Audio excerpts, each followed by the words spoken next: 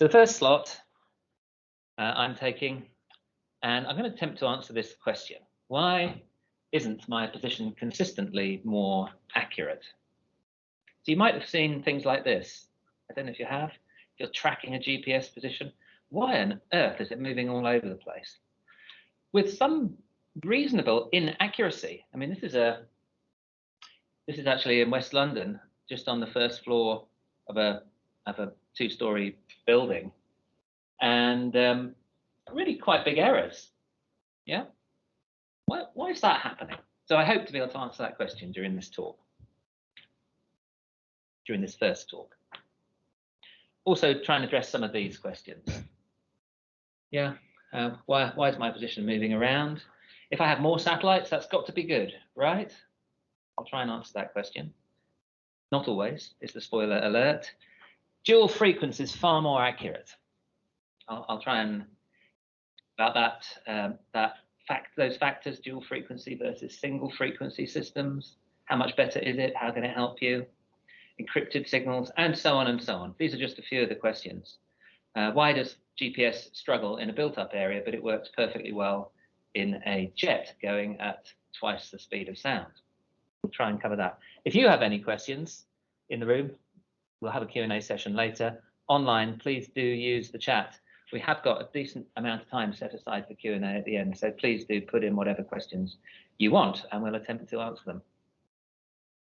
Okay so far? Yeah. Good stuff. So who knows the systems? GPS? Audience participation needed here. Galileo? GLONASS. No, GLONASS. Beidou. Beidou means North Star, I believe, in Chinese. Beijing, capital of the North. Beidou, North Star. This talk is going to be full of trivia, I'm afraid. Right, a little bit of a complicated chart, and I'll just take a few minutes to explain it. So, do the GPS satellites move around? Yes, no. Good mix of answers. There normally is a mix of answers to that question. The answer is they do, very, very fast indeed. So I'll just come to that. So this diagram here, if you take this outside ring, this very outside ring, that is the so-called geostationary arc. Arthur C. Clarke, 1950s, figured out that if you put a satellite 36,000 kilometers above the equator, its orbital period will be exactly the same as the orbital period of the Earth, which is a fantastic discovery, because it means you can pop a satellite up there. It's quite difficult to put one up there, but you can get a satellite up there, it'll stay still, and that allows people to keep a dish on their house or in their teleport stationary with respect to the satellite. That's why sky dishes don't have to move around to find the satellites. It's because they're 36,000 kilometers above the equator in the geostationary arc. If you come in from there, so in towards the Earth, well, let's go right in and then we'll go back out. If you come in, then the satellites will not be stationary with respect to the Earth. They will start to move. And in fact, if you come right into this area here around the Earth, a so-called low Earth orbit, we're talking about 500 to 1,000 kilometers, maybe a bit more above the Earth. That's where the shuttle used to go. It's where the Iridium satellites are. It's where the OneWeb satellites are. It's where Elon Musk is putting his satellites. It's where the Hubble Space Telescope is. It's where the International Space Station is. Very fast movement with respect to the Earth. And Andy Proctor will talk a bit more about these different constellations at different heights a bit later on. And this is approximately to scale, this diagram. So it gives you an idea of, quite how close in those, space shuttle through to OneWeb and Elon Musk satellites are. They really are very close to the Earth, but it's approximately to scale. The GPS satellites are not there. So the GPS satellites and GLONASS, Compass, etc., GNSS, Global Navigation Satellite Systems. So GPS is one of the GNSSs. Bit of an acronym warning in this talk as well. There are plenty of those to be thrown around. They're approximately 20,000 kilometers above the surface of the Earth. Approximately 20,000 kilometers. And in that position, it takes 12 hours to orbit the Earth. And you can see that different constellations are at slightly different heights. Again, that is approximately correct on this diagram. There are various reasons for that. It's a complex business getting permission to put satellites in space. You know, you thought planning permission for your extension was a big deal. Well, you try and launch a global satellite constellation. It's extremely tricky, but it's all agreed through the ITU, actually, International Telecoms Union, part of the United Nations, I think. So about 12 hours to orbit the Earth. And if you do the maths on that, you can quickly figure out that these satellites are moving at a few thousand kilometers per hour. And that really answers the question, one of my questions, which is, how does it work perfectly on a jet? Well, the answer is the satellites are moving so much faster than even a jet at Mach 1 or 2 that the contribution to motion of the jet is I can't say it's insignificant, but it doesn't kill the whole deal. So if you're walking around or driving around, our motion speed on the Earth is insignificant compared to the speed of these satellites which are whizzing around. Yeah, so there's a quick orientation of GEO, geostationary, MEO, medium Earth orbit, and LEO, low Earth orbit.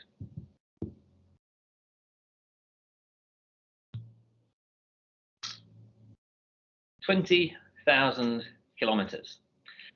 So you're sending a signal from a GPS satellite about 20,000 kilometers just over down to the Earth. When it gets here, it's rather low power. So this chart you can see now shows power level, high on the left to low at the bottom of the screen. And then from left to right, it shows frequency. So on the left is 10 megahertz, and on the right is 3 gigahertz.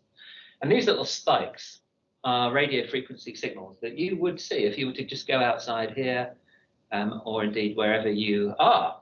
Anybody know what they are? 2.4 gigs, 2.4 gigahertz? Wi-Fi, yes. Also microwave ovens, but hopefully the microwaves in your oven are staying inside rather than coming out. And then if you come down, I mean, there are all sorts here, but if you come down to sort of 100 megahertz, what is it, 88 to 91 FM, BBC Radio 1. So this is, I think this is BBC Radio, and this is digital. I won't sing the jingle, don't worry. This is digital radio. Digital TV, I think, is number 4. And some of these other big ones are cellular signals. So where on Earth is GPS? Well, number 7 here, just to the right of the center, is Iridium. So if you remember, I said Iridium was a low Earth satellite, and you can just see it. So the trick answer, I suppose, I won't put you on the spot, but the trick answer is that GPS signals are down here. They're so-called in the noise. You can't actually see them on a measurement instrument. If you just put a probe and measure the frequency, you can't see them. Which leads me on to the next part, which is that receivers are actually really somewhere between rather clever and almost a bit magical. So this is almost a cartoon view of how a receiver works, but I think it's important to cover it just to give you the gist of it. So those signals are buried in the noise, the background thermal noise, and the receiver's job is to find them. And how does it do that? Well, in a sort of cartoon way, it generates a replica of the code you might hear it called CA code, course acquisition code. It generates a replica of the code, locally in the receiver. The code is published. So Guy will probably touch on this later. The code is in the public domain. You can look it up, and all the information there. It's a hacker's paradise, really. The code is all published and publicly available. You can download it from the internet. Anyway, the receivers, they generate a local version of the code. And by pattern matching, effectively, that's a bit of a crude explanation, but by sort of moving around the replica with the red signal, which is buried in this noise, they can actually find the signal and increase its signal to noise ratio so that it can be acquired. You'll hear language like acquisition or correlation or locking on to signals. So when the pattern in your receiver matches the pattern coming from space, you've got a signal, and once you've got it, the receiver moves its emphasis from correlation to tracking. And actually, tracking is relatively easier than finding it in the first place.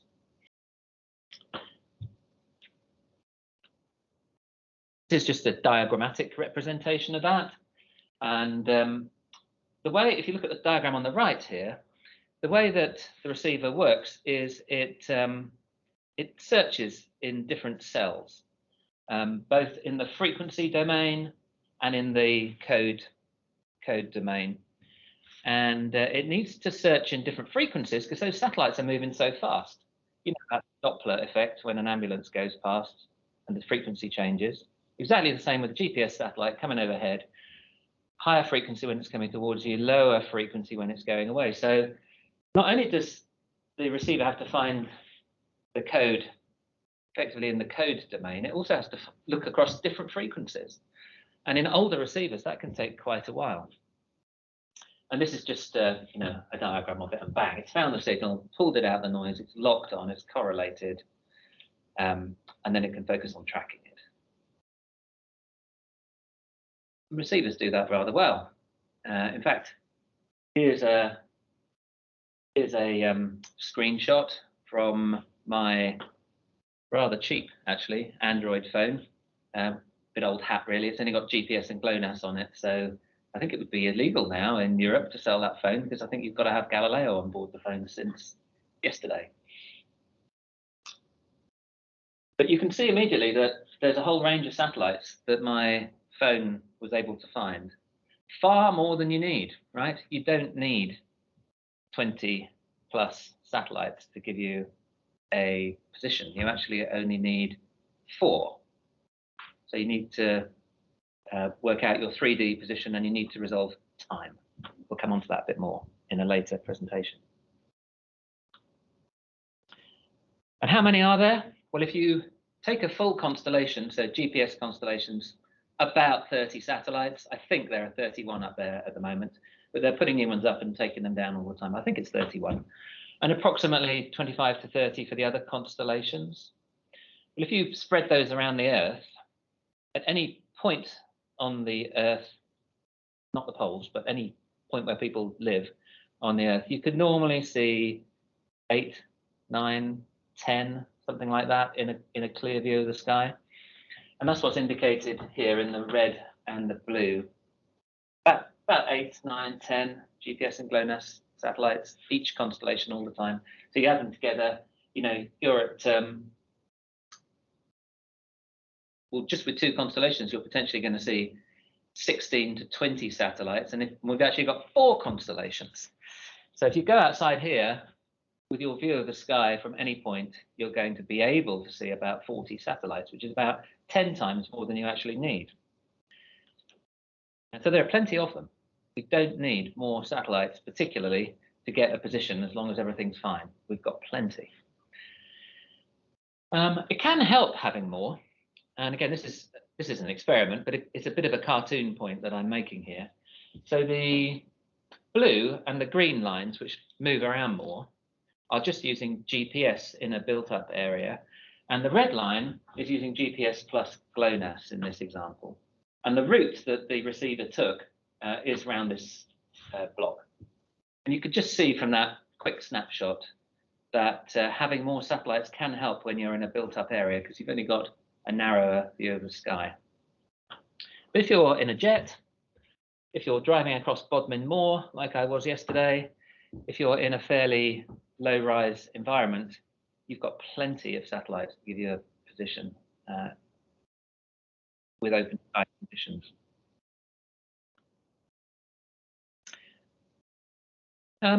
So what about the sources of error? Let's just begin to talk about that position that was jumping around that I showed on the first chart. Yeah, well, here are 6. Here's a starter for 6. And with the exception of number 5, these are not occasional errors.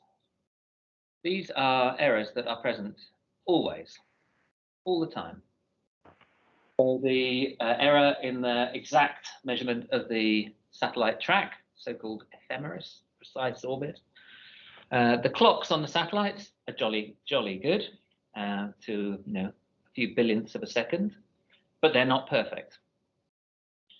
The signal from the satellite's got to comes quite happily actually for the first 19,000 kilometers, and then it hits the ionosphere and it experiences weather, and that perturbs the signal and can delay it. And when you're measuring distance based on the time from the transmission to the reception, any delay in the signal is going to give you an error. The ionosphere is always there, troposphere is always there, sometimes worse than other. You get space weather, that's a whole nother lecture. But you get space weather effects just like it sometimes rains and sometimes clear sky. You get sun activity and space weather, which can give you more or less delay.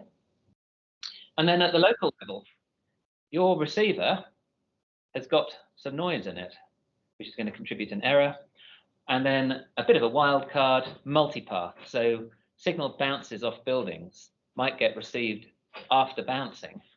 So the path length is not just direct, it's actually measuring the length of the bounce. So that's going to give you an error as well. I don't want to alarm you, it's not terrible, but there's always a bit of latent error in the system. You could call it bias. And there are always biases in clocks and tracks and so on. And then there's noise on top of those biases. Multipath would be a good example of noise. A bad space weather example would be, a bad space weather event would be a good example of noise. And then Guy's going to talk about nefarious acts and actions as well, which can, like hacking and attacks on the system, which can cause, gross errors. But every receiver is subject to these. How bad?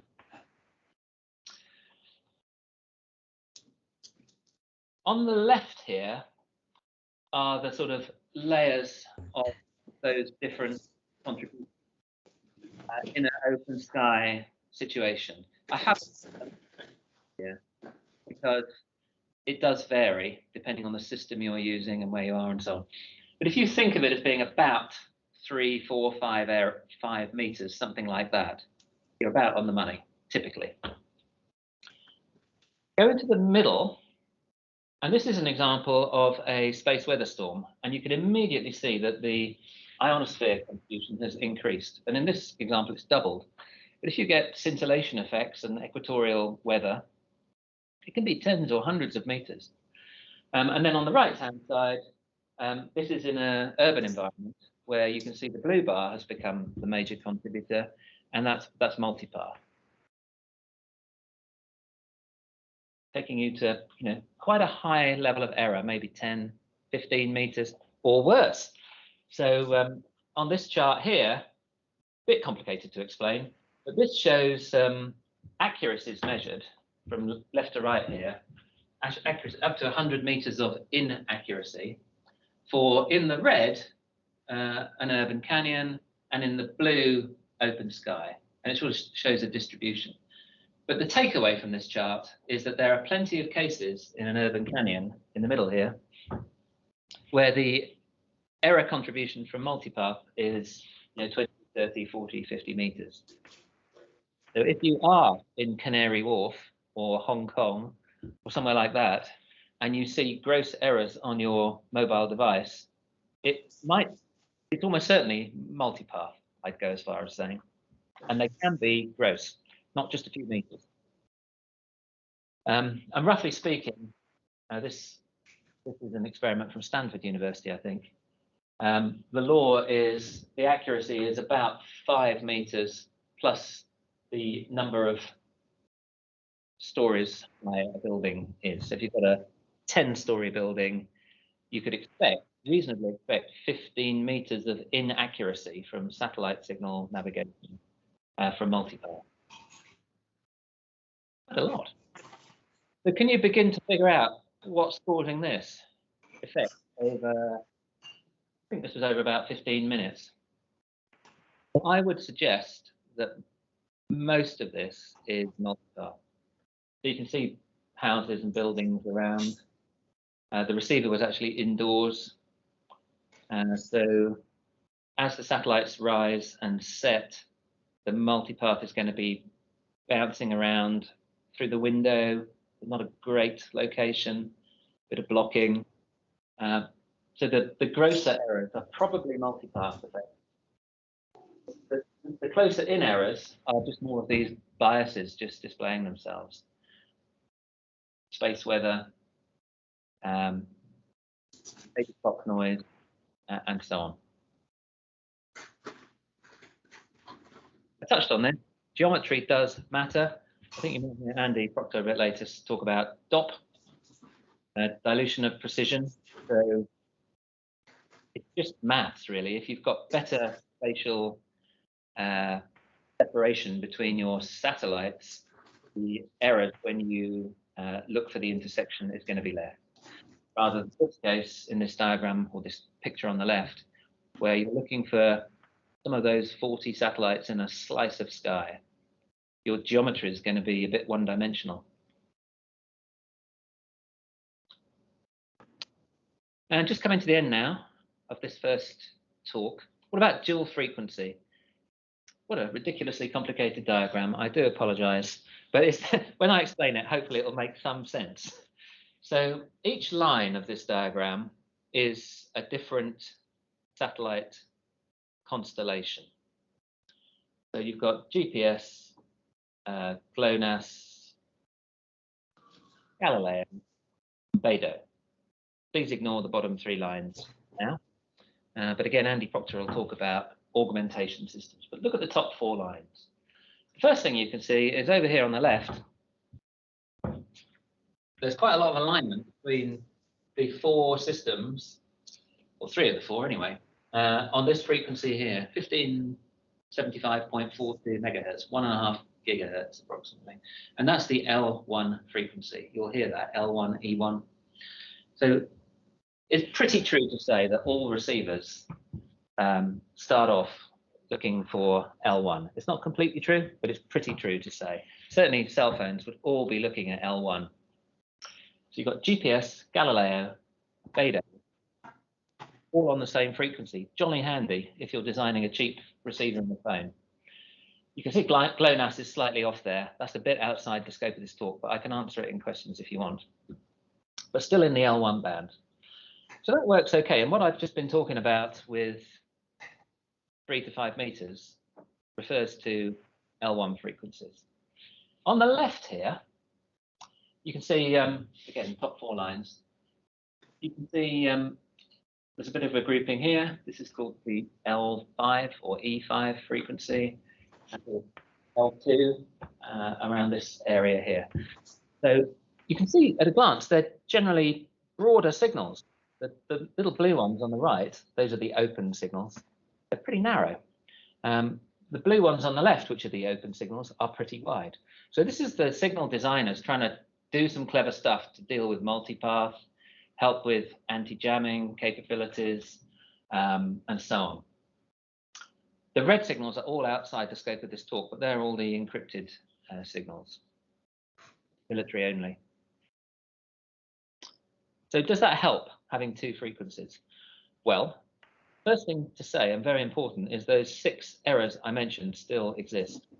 They don't magically disappear. It's not a silver bullet having two frequencies at all.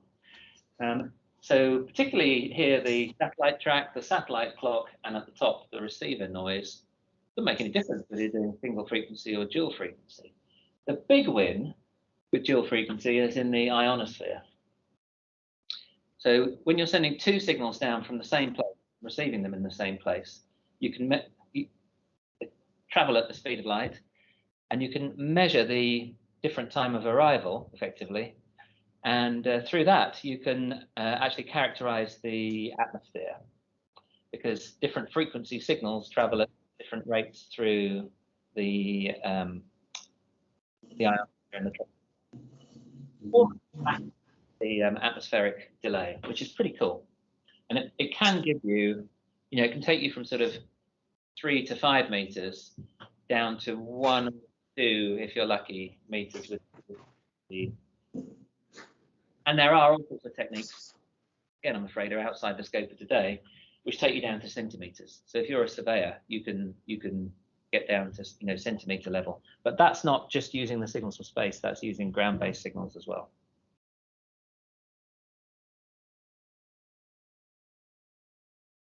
Finishing off, and sort of segueing to Guy's talk. Well, here's a nice diagram. You see these all the time, don't you? Ordered world of, autonomous vehicles driving around in a beautifully ordered way. Yeah, we'll just relate that to what I just described about the different error effects and the accuracy that you can achieve even with a dual frequency system. It doesn't take you long, at least this is my opinion, it doesn't take you long to figure out that we're never going to be able to do autonomous city driving just using the satellite signals. And we will touch on that later in later talks. So you can combine the satellite signals with other signals of opportunity, other positioning sources, relative positioning sources, to allow you to move towards very, very accurate and trusted positioning in an urban type environment. My message here is just think twice when you see diagrams like this going, oh, it'll be fine. Because just reflect on what I just covered. You can begin to see some flaws with that, that view. And here's another potential flaw. You get your positioning accuracy, by which I mean latitude, longitude, height. You might feel really good because you've got it within a meter. Well, what happens if the actual road isn't where the real road map is not where the real road is in the real world? It happens all the time. It's not difficult. So I actually went on Friday afternoon. I thought, oh, I'll pick up a few images local to here. I don't know if any of you noticed, Google Maps was down on Friday afternoon. Did you see that? A couple of hours, Google Maps was down. So that's another thing just to bear in mind. If you're developing apps or systems, logistics systems, call it Uber, for example, or Deliveroo, that are absolutely just reliant on one source of mapping information to allow your business to operate, you have got a vulnerability that you should just think about. But this happens all the time. Anyway, I went on last night and I did pick up a local road. I don't know if you all know it around here. Heidi might recognize this. So this is out the front here, across the roundabout, first left, pack saddle. Yeah, well, personally, I wouldn't want to be in an autonomous car driving precisely on this road, pack saddle, because you'd be going a bit agricultural. It's not to alarm you. The objective is, all these are soluble. The objective is to just make you pause and think about the different factors that contribute to a user experience. And this happens all the time. I only had to go 100 meters from here to find a cracking example of a bit of mapping that doesn't reflect reality. And that concludes my first talk. So I'll now hand over to guy.